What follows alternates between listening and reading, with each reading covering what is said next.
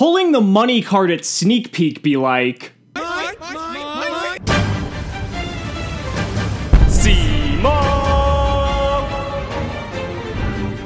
What's going on, guys? It's Cimo. So with Sneak Peek for Maximum Crisis just around the corner, I thought it'd be a really cool idea to actually make a comprehensive guide on 5 steps that can really help your sneak peek experience. Because to me, I think for a lot of other people might agree with this, sneak peek is almost like fucking Christmas for a lot of people. You'll see your friends that you haven't seen playing the game in forever. There's usually a ton of people at these events. Everyone's super excited, and there's so much hype going around when everyone gets their packs and everyone starts tearing them open, trying to get the money cards, and then it just becomes an outright like fucking mob of people because everyone wants different cards. So you got people going over here for this, over here for that, and it's just like all over the fucking place. But it's absolutely fun, and I can't wait for the Maximum Crisis sneak peek. So 5 tips to help improve your sneak peek experience and to help get you ready for any sneak peek, whether it's Maximum Crisis or any of the sets to come in the future.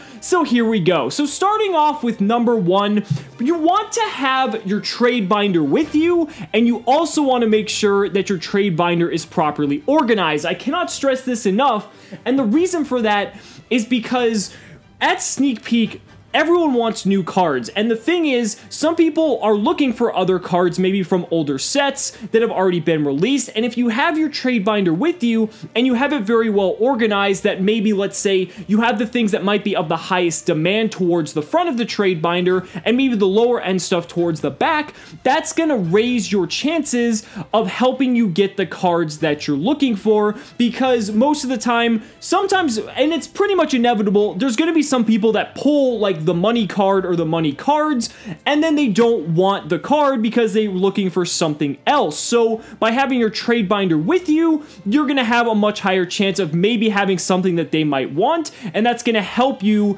get the cards that you want, which pretty much branches directly into number 2, which is know what cards you want from the set. Typically, sneak peek is about a week prior to the actual release of the set, and about a week before that, we typically have the entire spoiled list of what's contained in that set. So for instance, say, let's take the Maximum Crisis sneak peek coming up as an example. If you're going to that event and you don't exactly know what you're looking for, you can just go online and look up any of the spoilers that are readily available, because like I said, around this time, the set for the most part should be almost, if not entirely spoiled, so you should know every single card. So look up one of those spoilers and go into the list, look at all the different cards, and pretty much isolate the ones that you really want, depending on the type of deck you want to build, if you're adding cards to a certain collection, whatever it may be. That's going to really help you, because then when you get to the event and once everyone starts busting open their packs, you're going to know what to look for, and you can just ask around, and it's really going to just, again, help your chances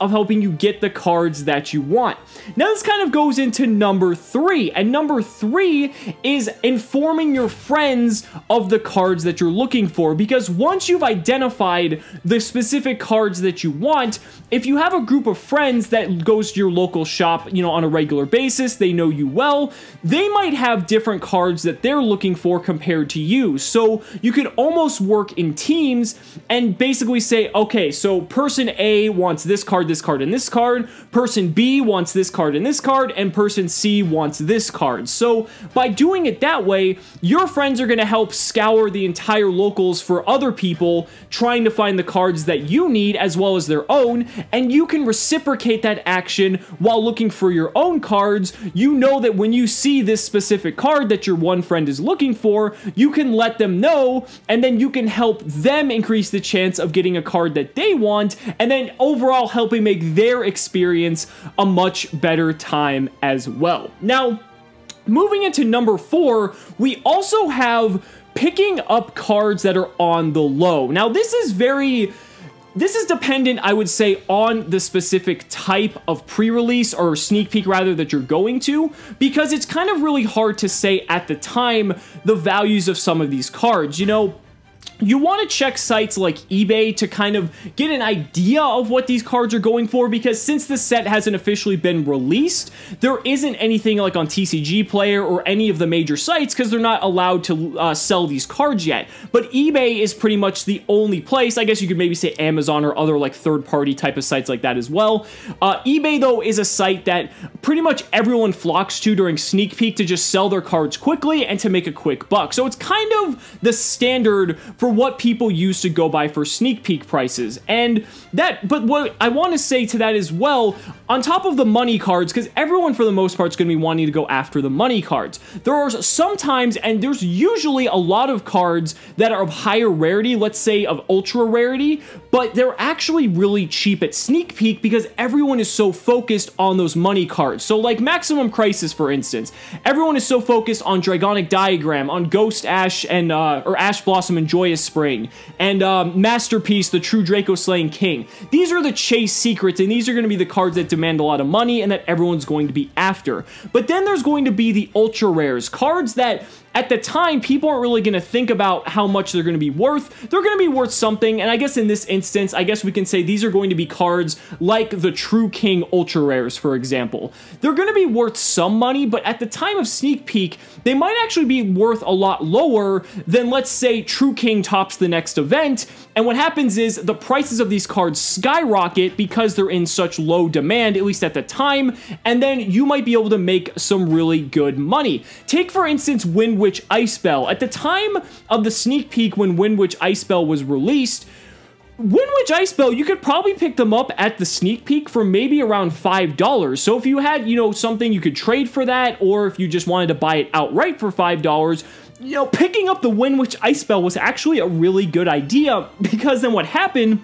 was after that, Wind Witch Invoked Artifacts started topping and doing really well on the competitive scene, and Wind Witch Icebell ended up shooting up to like a $20 ultra rare because there was just not really that many out yet. YCS Seattle was a week or two after the release of Raging Tempest when this happened, and so when people started seeing the deck's success, there was such a low supply, so the demand shot up, which drove the price up, and people who pretty much invested in Wind Witch Icebell at the time were able to sell them for maybe 15 to 20 bucks and make some good money, or even some decent trades as well. So again, that's just one of many examples, but I think Wind Witch Icebell is probably the most recent example I can think of an instance where this happened. So if there's some cards that are really good, but might not necessarily be the chase cards or the best cards, it might be worth just picking them up as an investment because you don't know what's going to happen. Any card like Wind Witch Icebell that is as good as it is, but like I said, just because it's not really the card that everyone has their eyes set on, just because it's kind of pushed off to the side doesn't mean it's a bad card, so that's definitely something to remember. Now, number 5, and the last thing that's probably the most important thing of all, is to bring money. Cash, green, hard money. Because when it comes to Sneak Peek, cash is king. And if you are really trying and attempting to get the specific cards that you need, let's say for instance you have an event like a YCS or a really big event of that caliber that you're going to, let's say it's a week from now or even 2 weeks from now. If you're really striving to get these cards as quickly as possible, people are going to want to take cash more than anything else you have to offer, and that's just really how it is. Every time people go to Sneak Peek, a lot of people bring money just because they know they can just get a bunch of cards quickly, and people are trying to do the opposite as well and selling their cards quickly because they just want to, let's say, take the money or the money card that they opened and sell it, and then they can say they had a good day. Because if they open a $40 money card, they only paid $20 for their 5 packs at Sneak Peek, so they basically doubled their money and had a great day.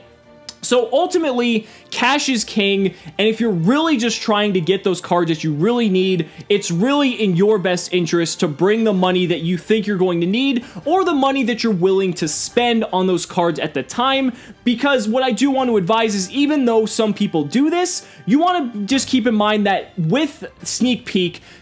prices are highly inflated, and what happens is most of the time the cards decrease in value after the Sneak Peek, because when Sneak Peek happens, there's such a limited supply, and people are just trying to get the cards quickly, so there's high demand and the price shoots up. But what happens is once the set's officially released, there's a lot more available supply, you know, on all the different websites and vendors and things like that. So the price comes down dramatically. Now, this isn't always the case, as we've seen with cards like Pot of Desires and Dimensional Barrier, which at sneak peek were maybe like $45 and then shot up to like $80. Same thing with Dimensional Barrier as well. So this doesn't always happen, but for the most part, sneak peek prices are highly inflated, and 9 times out of 10, the card is likely to come down in price. So you do want to keep that in mind, that if you want to get those cards as quickly as can, there's nothing wrong with that. But do keep in mind that if you wait a little bit, you don't have a big event or anything coming up, and you have the time at your disposal,